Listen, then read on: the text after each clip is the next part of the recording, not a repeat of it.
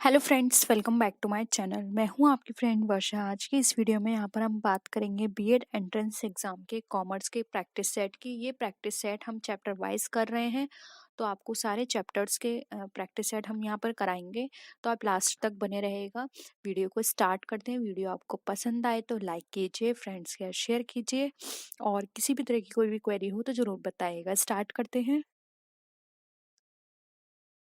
देखिए, यहाँ पे क्वेश्चन है, the main purpose of preparing a trial balance, यानी कि आपको ये बताना है कि जो हम ट्रायल बैलेंस प्रिपेयर करते हैं उसका मेन पर्पस क्या होता है।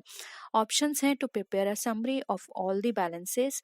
सेकंड ऑप्शन है to compare the debit balance with credit balance. Third है ऑल टाइप्स ऑफ एरर्स को लोकेट करना है, या फिर फोर्थ ऑप्शन है हमारा अर्थमेटिकल एक्यूरेसी देखना, जो भी हमने लेजर अकाउंट्स प्रिपेयर करते समय वहाँ पे रिकॉर्ड किए थे ट्रांजेक्शन्स, उसकी लेजर अर्थमेटिक एक्यूरेसी यहाँ पे चेक करनी है। तो बताइए आपके अकॉर्डिंग क्या होगा यहाँ पे राइट आंसर। देखिए, ये स्टार्टिंग की यूनिट है, तो इसमें क्वेश्चंस बहुत सिंपल हैं, आप इजीली इसका आंसर कर सकते हैं। यहाँ पर ट्रायल बैलेंस की बात की जा रही है, और आपको पता है ट्रायल बैलेंस के अंदर हम अर्थमेटिकल एक्यूरेसी को चेक करते हैं। इसके अलावा किसी भी और तरह की एरर होगी वो हम यहाँ पे फाइंड आउट नहीं कर पाएंगे। इसलिए यहाँ पे ऑप्शन डी राइट आंसर होगा, अर्थमेटिकल एक्यूरेसी चेक करना। ठीक है, नेक्स्ट क्वेश्चन पे आइए। अब बिजनेस ट्रांजेक्शन्स अफेक्ट्स, एक बिजनेस ट्रांजेक्शन क्या अफेक्ट करता है? At least one account, at least two account, maximum of two accounts, या फिर मैक्सिमम ऑफ थ्री अकाउंट। बताइए एक बिजनेस ट्रांजेक्शन कितने अकाउंट्स को अफेक्ट करेगा?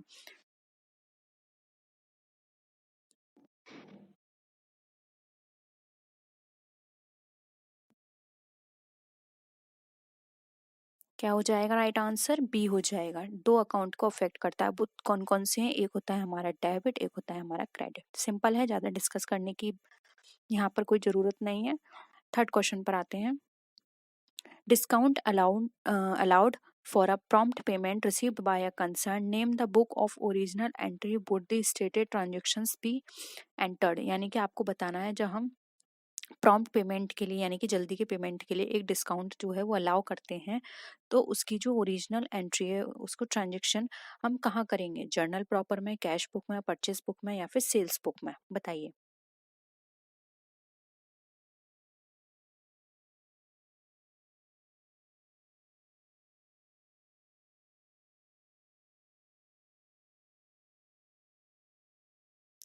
देखिए, यहाँ पर इसका जो आंसर होगा वो हो जाएगा बी, क्योंकि यहाँ पे डायरेक्ट लिखा हुआ है प्रॉम्प्ट पेमेंट के लिए।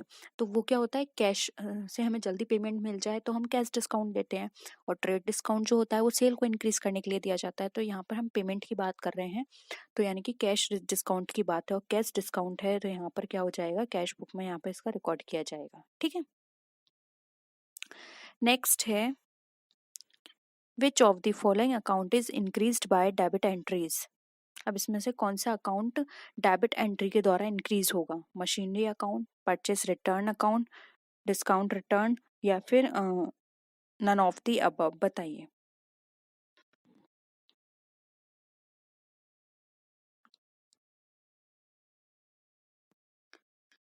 डेबिट एंट्री से इंक्रीज होगा कौन सा अकाउंट है वो?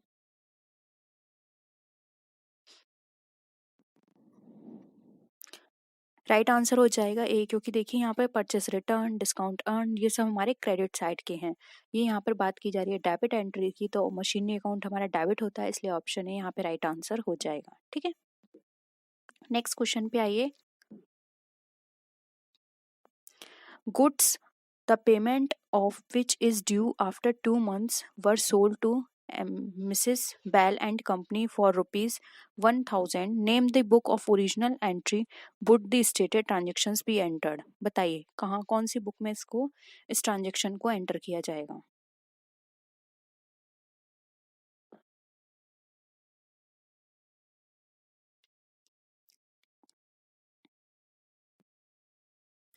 देखिए, यहाँ पे 2 महीने बाद उसका पेमेंट होना है, यानी कि क्या है, क्रेडिट पे सेल किया गया है। अगर कैश पे सेल किया होता तो 2 महीने बाद उसका पेमेंट क्यों होता? उसका पेमेंट तभी होता है तो हम उसको कैश बुक में डालते हैं। यहाँ पे 2 महीने बाद उसका पेमेंट हो रहा है, यानी कि हम यहाँ पर क्रेडिट में उसको सेल कर रहे हैं, इसलिए यहाँ पर सेल बुक में इसकी एंट्री होगी। ऑप्शन सी यहाँ पे राइट आंसर हो जाएगा। ठीक है, नेक्स्ट आइए। The opening capital of the company is rupees 10,000. If P earns a profit of rupees 2,000 in the first year, then its closing capital will be। बताइए, इसमें थोड़ी सी कैलकुलेशन है, करके बताइए।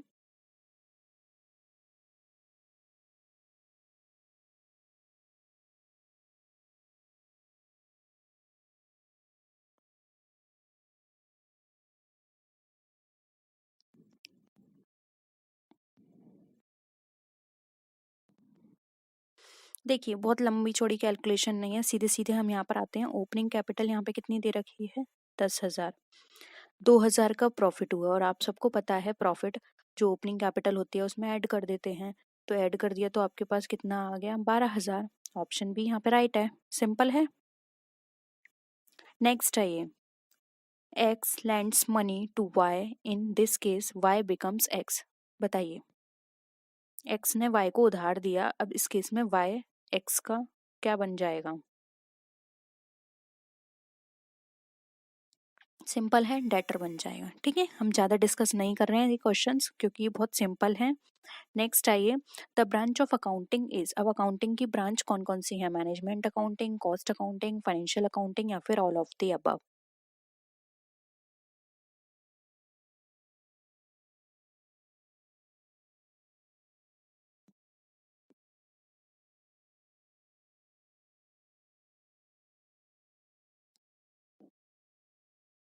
क्या हो जाएगा आंसर? देखिए, डी यहाँ पे राइट आंसर हो जाएगा, क्योंकि अकाउंटिंग की बात करें तो management accounting, cost accounting, financial accounting, ये सब इसकी ही ब्रांचेस हैं। ठीक है, तो ऑप्शन डी यहाँ पे राइट आंसर हो जाएगा। नेक्स्ट क्वेश्चन पे आइए। Which of the following branch of accounting is concern with record keeping directed towards the preparation of trial balance, profit and loss account and balance sheet? यानी कि आपको accounting की वो branch बतानी है जिसमें हम trial balance, profit and loss account और बैलेंस शीट को प्रिपेयर करते हैं।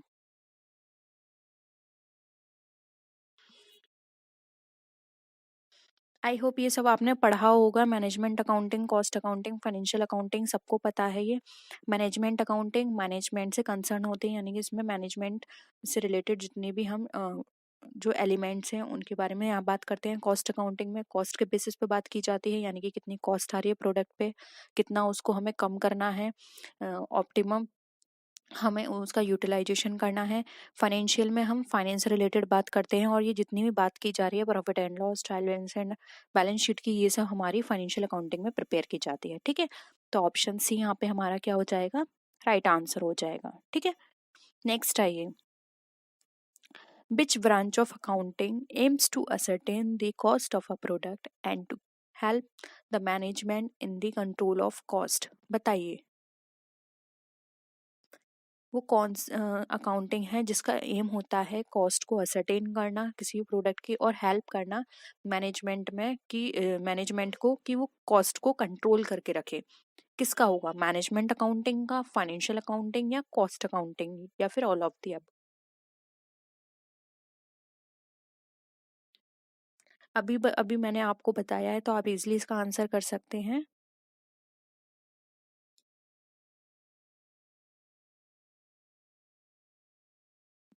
देखिए, सी आंसर हो जाएगा, कॉस्ट अकाउंटिंग। कॉस्ट अकाउंटिंग का काम होता है, पहले तो वो जो भी प्रोडक्ट उसके यहाँ बन रहा है उसकी कॉस्ट को फाइंड आउट करती है, उसके बाद वो मैनेजमेंट को ये रिपोर्ट देती है कि हाँ पर्टिकुलर प्रोडक्ट पे इतनी कॉस्ट आ रही है। फिर मैनेजमेंट उस कॉस्ट को, अगर लगता है कि वो कॉस्ट ज़्यादा आ रही है मार्केट में, हम वो प्रोडक्ट इतना महंगा नहीं बेच सकते, तो फिर उसको वो कंट्रोल करने की कोशिश करती है। ठीक है, तो यहाँ पर क्या हो जाएगा? सी, कॉस्ट अकाउंटिंग राइट आंसर हो जाएगा। ठीक है, नेक्स्ट है government system of accounting is mostly on. अब जो गवर्नमेंट का जो सिस्टम होता है अकाउंटिंग का, वो मोस्टली किस पर होता है बेस्ड?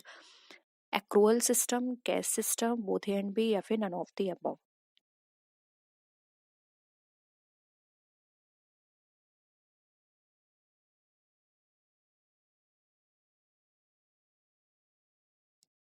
क्या हो जाएगा? बी राइट आंसर हो जाएगा। गवर्नमेंट का जो सिस्टम होता है अकाउंटिंग का, वो कैश सिस्टम पे बेस्ड होता है। ठीक है। नेक्स्ट है accrual system of accounting also known as. अब जो एक्रूअल सिस्टम है अकाउंटिंग का, उसको हम और किस नाम से जानते हैं? Mercantile system of accounting, ordinary system of accounting, both A and B, या फिर नन ऑफ द अबव।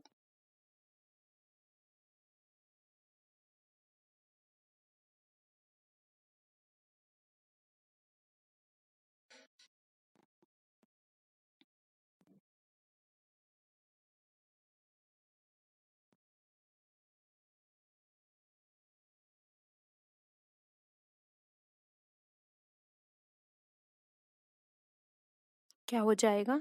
इसको हम मर्केंटाइल सिस्टम ऑफ अकाउंटिंग के नाम से जानते हैं। ठीक है, ऑप्शन ए यहाँ पे हमारा करेक्ट है। नेक्स्ट क्वेश्चन पे आइए। The accounting principle can be classified into. अब जो अकाउंटिंग प्रिंसिपल जो है वो हमारा क्लासिफाई किस में किया जाता है? Accounting concepts, accounting conventions, both A and B, या फिर नन ऑफ द अबव। बताइए।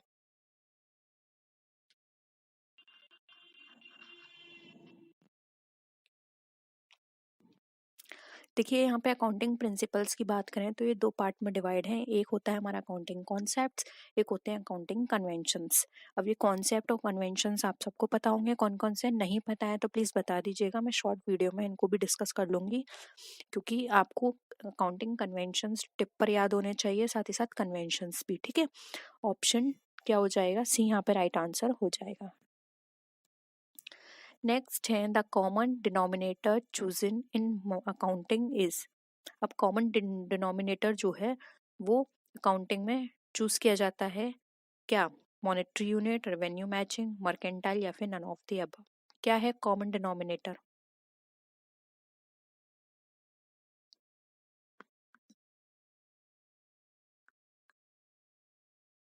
देखिए जब हम अकाउंटिंग की बात करते हैं उसमें मेन सबसे मेन पॉइंट जो होता है वो ये सब तो बात की बात है कि हमें रेवेन्यू मैच करना है, मर्केंटाइल सिस्टम हो, ये अलग है। लेकिन सबसे इम्पोर्टेंट जो है वो ये कि हम जो भी ट्रांजेक्शन्स रिकॉर्ड करें वो मॉनेटरी एस्पेक्ट में रिप्रेजेंट होने चाहिए। हम कोई भी नॉन मॉनेटरी ट्रांजेक्शन्स इसमें रिकॉर्ड नहीं करेंगे। तो सबसे इम्पोर्टेंट है मॉनेटरी यूनिट वाला। ठीक है, ऑप्शन ए यहाँ पे हमारा करेक्ट है, क्योंकि अकाउंटिंग का पर्पस ही यही है कि मॉनेटरी वाले ट्रांजेक्शन ही सिर्फ रिकॉर्ड होंगे।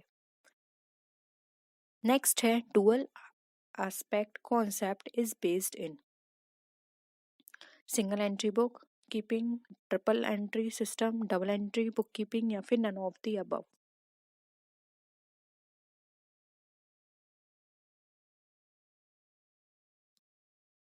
क्या हो जाएगा डुअल एस्पेक्ट कॉन्सेप्ट?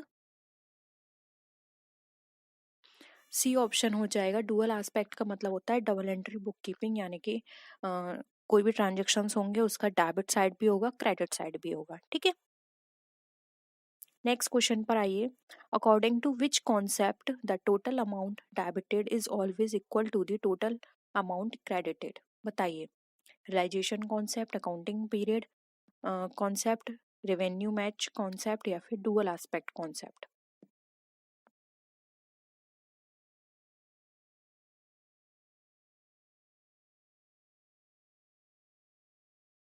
सिंपल है ये भी। साफ साफ यहाँ पे पता चल रहा है कि अभी अभी हमने डिस्कस भी किया कि डेबिट इक्वल होना चाहिए टू क्रेडिट के।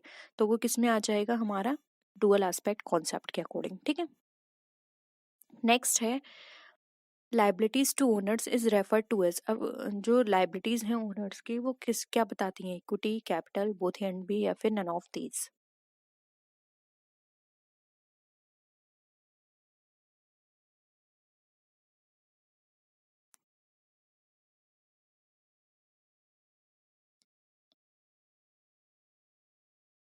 क्या हो जाएगा? बी हो जाएगा, क्योंकि ये तो ओनर्स की लाइबिलिटी है इक्विटी। लेकिन यहाँ पे लाइबिलिटीज यानी ओनर के लिए जो ओनर को मिलेगा, एक तरह से आप ऐसे समझ सकते हैं, जो ओनर रिसीव करेगा वो है कैपिटल।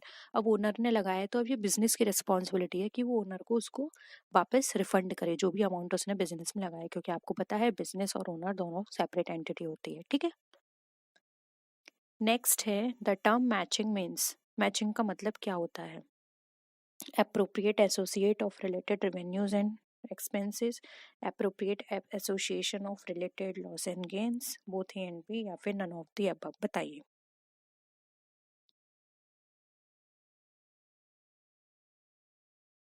मैचिंग का मतलब क्या होता है? हमारे जितने भी रेवेन्यूज और एक्सपेंसेस हैं वो एक दूसरे से रिलेटेड हो।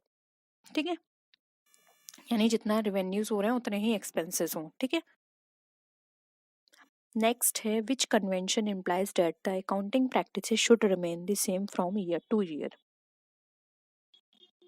कौन सा अकाउंटिंग कन्वेंशन है? देखो कन्वेंशंस यहाँ पर आ गए, जैसे disclosure, consistency, materiality and conservatism, ये सब हमारे कन्वेंशंस हैं।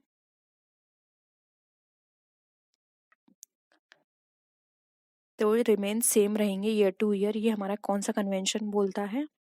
ये कन्वेंशन हमारा बताया गया है कंसिस्टेंसी में, यानी कि जो भी हम मेथड अडॉप्ट कर रहे हैं, अकाउंटिंग प्रैक्टिस में यूज कर रहे हैं, वो उसमें कंसिस्टेंसी होनी चाहिए। ठीक है, नेक्स्ट आइए, making provisions for bad debt in respect of doubtful debt is an example of which accounting conventions. बताइए। यानी कि हमारे जितने भी लॉस होंगे आगे, उनके लिए पहले से ही ये सोच के चलना, या फिर जितने भी बैड डेट है हमें ये सोच के चलना कि इससे हमें लॉस होगा ही होगा, तो पहले से उस लॉस को बियर करने के लिए हम पहले से एक फंड बना के चलें। तो ये हमारा किस अकाउंटिंग कन्वेंशन में बताया गया है?